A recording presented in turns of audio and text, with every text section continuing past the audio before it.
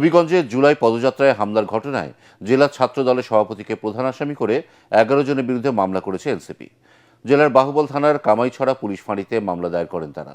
এ সময় দলের আহ্বায়ক নাহিদ ইসলাম অভিযোগ করেন, বিরোধী দলের মত প্রকাশের স্বাধীনতা সংকুচিত হয়ে আসছে। দ্রুত হামলাকারীদের গ্রেপ্তারের দাবি জানান তিনি। এদিকে জাতীয় নাগরিক পার্টি, ছাত্রদল ও যুবদলের পাল্টাপাল্টি কর্মসূচিকে কেন্দ্র করে দিনভর থমথমে পরিস্থিতি বিরাজ করে হবিগঞ্জে। পৌর এলাকায় জারি করা হয় 144 ধারা। হবিগঞ্জ প্রতিনিধিকে সাথে নিয়ে আরো জানাচ্ছেন একরামুল হক সায়েম। পুলিশের ব্যারিকেড, তীব্র বাকবিতণ্ডা, চরম উত্তেজনার মধ্য দিয়েই জুলাই পদযাত্রায় হবিগঞ্জের পথে রওনা দেন এনসিপি নেতারা। শ্রীমঙ্গলে পুলিশের বাধা উপেক্ষা করে এক পর্যায়ে হবিগঞ্জে মহাসড়কে অবস্থান নিয়ে বিক্ষোভ করেন তারা।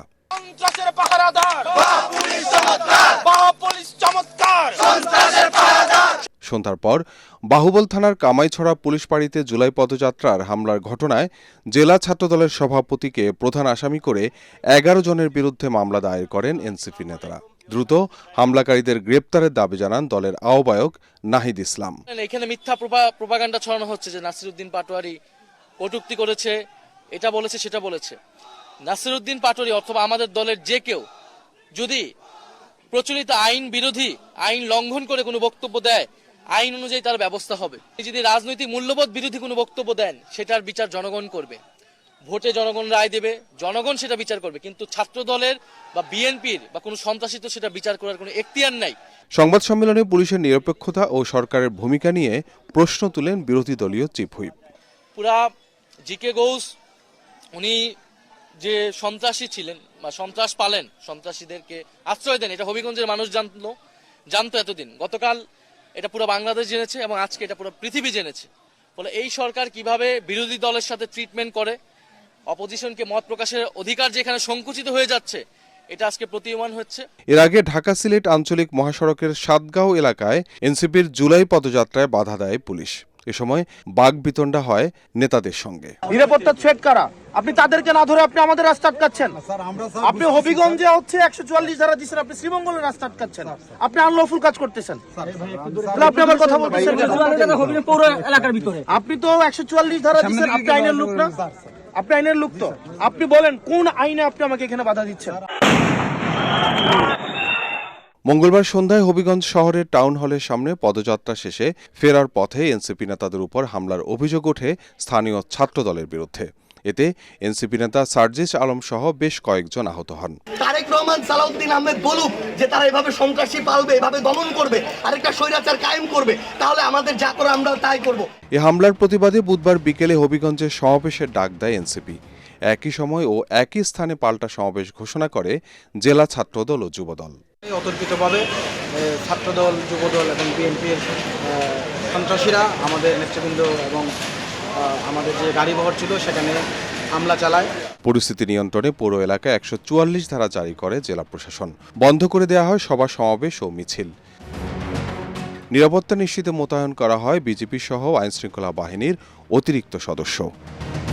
ইকরামুল হক সায়েম, এটিএন বাংলা। বসুন্ধরা টিস্যু, অশুদ্ধতার বিরুদ্ধে এক বিন্দুও ছাড় নয়। সার্বভৌমত্ব ও পারস্পরিক স্বার্থ বজায় রেখে দ্বিপক্ষীয় সম্পর্ক এগিয়ে নেবে ঢাকা দিল্লি। পররাষ্ট্র মন্ত্রণালয়ে ঢাকায় নিযুক্ত ভারতীয় হাইকমিশনার দীনেশ ত্রিবেদীর সাথে সৌজন্য সাক্ষাৎ শেষে একথা জানান পররাষ্ট্রমন্ত্রী ডক্টর খলিলুর রহমান। তিনি জানান, ভারতে ব্রিক্স সম্মেলনে প্রধানমন্ত্রী তারেক রহমানের অংশগ্রহণ ও সফর সম্পর্কে পর্যালোচনা চলছে। অন্যদিকে ভারতের হাইকমিশনার জানান, সংস্কৃতি, ক্রীড়া ও ভিসা প্রক্রিয়া সহজ করা সহ সব বিষয়ে আলোচনায় স্থান পেয়েছে। ইমদাদুল্লাহ বাবুর রিপোর্ট। বাংলাদেশে মন্ত্রী পদমর্যাদায় ভারতীয় হাইকমিশনার পদে দায়িত্ব পাওয়ার পর পররাষ্ট্রমন্ত্রী ডক্টর খলিলুর রহমানের সাথে সৌজন্য সাক্ষাৎ করতে পররাষ্ট্র মন্ত্রণালয়ে আসেন দীনেশ ত্রিবেদী। প্রথমে পররাষ্ট্র প্রতিমন্ত্রী শামা ওবায়দ ও পরে পররাষ্ট্রমন্ত্রী ডক্টর খলিলুর রহমানের সাথে সৌহার্দ্যপূর্ণ পরিবেশে সৌজন্য সাক্ষাৎ করেন ভারতীয় হাইকমিশনার।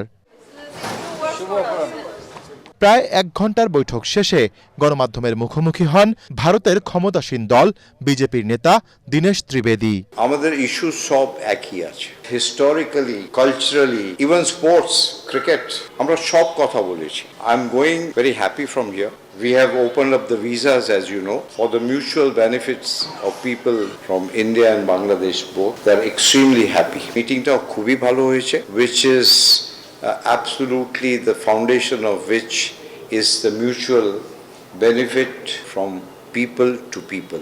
জানান প্রধানমন্ত্রী তারেক রহমানের ভারত সফর নিয়ে উদ্গ্রীব রয়েছে দিল্লি।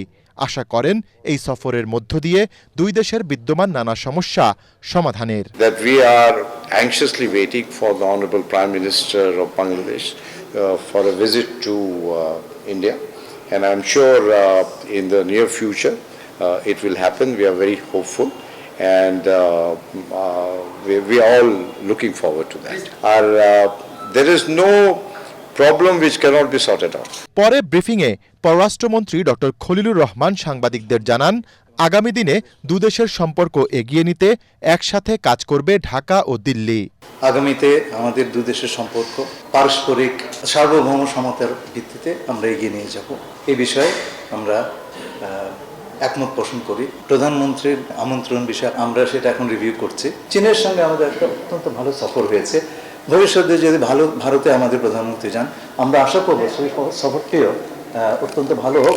তবে এই সৌজন্য সাক্ষাতে ভারতে অবস্থানরত সাবেক প্রধানমন্ত্রী শেখ হাসিনাকে দেশে ফেরত আনার বিষয়ে কোনো আলোচনা হয়নি বলে স্পষ্ট জানান পররাষ্ট্রমন্ত্রী।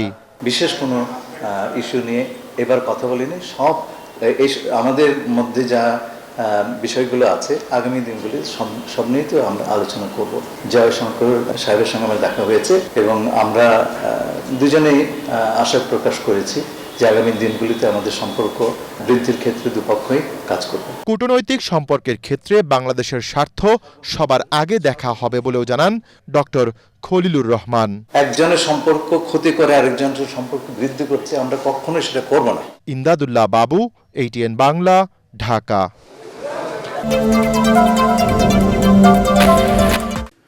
দলীয় লোক নিয়োগ দেওয়ায় নির্বাচন কমিশন স্বাধীনভাবে কাজ করতে পারছে না বলে অভিযোগ করেছেন জামায়াতে ইসলামের সেক্রেটারি জেনারেল মিয়া গোলাম পরোয়ার। রাজধানীর আগারগাঁওয়ে ইসির সাথে বৈঠক শেষে এই কথা বলেন তিনি জানান, বিএনপির রাজনীতিতে যুক্ত শামসুল আলমকে নির্বাচন কমিশনের অতিরিক্ত সচিব করা হয়েছে। আসন্ন স্থানীয় সরকার নির্বাচনে বিএনপির প্রার্থীদের জয়ী করতে সরকার এই নিয়োগ দিয়েছে বলে জানান জামায়াতের এই নেতা। খায়রুল ইসলামের রিপোর্ট।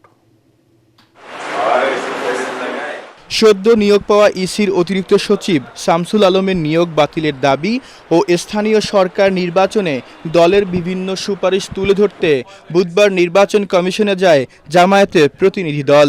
দলের সেক্রেটারি জেনারেল মিয়া গোলাম পরোয়ারের নেতৃত্বে 7 সদস্যের প্রতিনিধি দল বৈঠক করেন নির্বাচন কমিশনারের সাথে। বৈঠক শেষে গোলাম পরোয়ার বলেন, বিএনপির রাজনীতির সঙ্গে সম্পৃক্ত একজন ব্যক্তিকে সাংবিধানিক প্রতিষ্ঠানের গুরুত্বপূর্ণ পদে নিয়োগ দেওয়া সুষ্ঠু ও নিরপেক্ষ নির্বাচনের অন্তরায়। অতিরিক্ত সচিব পদে নিয়োগ দেওয়ার মধ্যে আজ্ঞাবহ থেকে তিনি যেন সরকারি দলের লোকদেরকে নির্বাচনে বিজয়ী করে নিয়ে আসতে পারেন, সেই ফাংশনটা উনি যেন এখানে বসে করতে পারেন, সেই তৎপরতার জন্যই তাকে এখানে স্পেশালি অ্যাসাইন করে এখানে অ্যাপয়েন্টমেন্ট দেওয়া হয়েছে। স্থানীয় সরকারের প্রস্তাবিত বিধিমালায় এমপিওভুক্ত শিক্ষকরা নির্বাচন করতে পারবে না বলে যে বিধিনিষেধ দেওয়া হচ্ছে তার বিরোধিতা করেন মিয়া গোলাম পরোয়ার। প্রশ্ন তোলেন, জাতীয় নির্বাচনে এমপিওভুক্ত শিক্ষকরা অংশ নিতে পারলে স্থানীয় নির্বাচনে কেন পারবে না? বাংলাদেশের স্থানীয় সরকার নির্বাচনের সুদীর্ঘ ইতিহাসে স্কুল, কলেজ এবং শিক্ষা প্রতিষ্ঠানের শিক্ষকরা নির্বাচনে অংশ নিয়ে থাকেন। সংবিধানে এমপিওভুক্ত প্রতিষ্ঠানের লোকদের রাজনীতি করা তো নিষিদ্ধ নেই, এবং জাতীয় নির্বাচনের ক্ষেত্রে এমপিওভুক্ত শিক্ষকদের নির্বাচনের ব্যাপারে তো আপনারা কোনো বিধিনিষেধ আরোপ করেননি, তারা তো ইলেকশন করছেন। সংবিধানে নাগরিক অধিকারের ক্ষেত্রে, নির্বাচনের ক্ষেত্রে, রাজনীতির ক্ষেত্রে প্রত্যেক সিটিজেনের যে সাংবিধানিক অধিকার নিশ্চিত করা হয়েছে এটা তার খেলাফ। এছাড়া সিটি কর্পোরেশন ও জেলা পরিষদে দলীয় ব্যক্তিদের নিয়োগ দিয়ে স্থানীয় সরকার নির্বাচনে বিএনপি সুবিধা নেওয়ার চেষ্টা করছে বলে অভিযোগ করেন জামাতের secretary general. Khairul Islam, ATN Bangla, Dhaka.